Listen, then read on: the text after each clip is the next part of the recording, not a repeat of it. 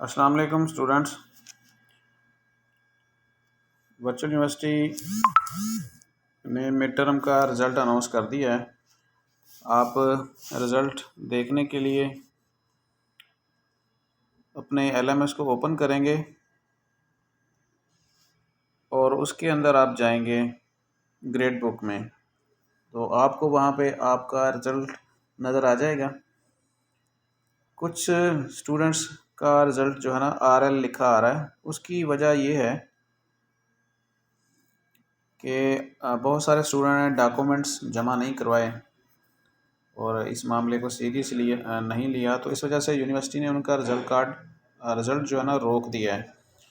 तो रिज़ल्ट देखने के लिए ज़रूरी है कि फौरी तौर पर डॉक्यूमेंट्स के जो रिक्वायर्ड सेट हैं वो हमें प्रोवाइड करें, ताकि हम आपको फॉरवर्ड करें यूनिवर्सिटी को और आपका रिज़ल्ट ओके हो सके। तो फौरी तौर पर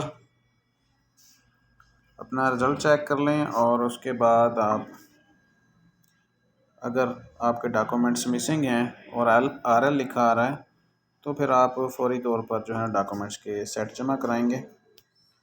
तो आप यूनिवर्सिटी की नोटिस बोर्ड के ऊपर देख सकते हैं कि कम से कम भी कुछ 7,000 के करीब ऐसे स्टूडेंट हैं जिन्होंने डॉक्यूमेंट्स जमा नहीं करवाए।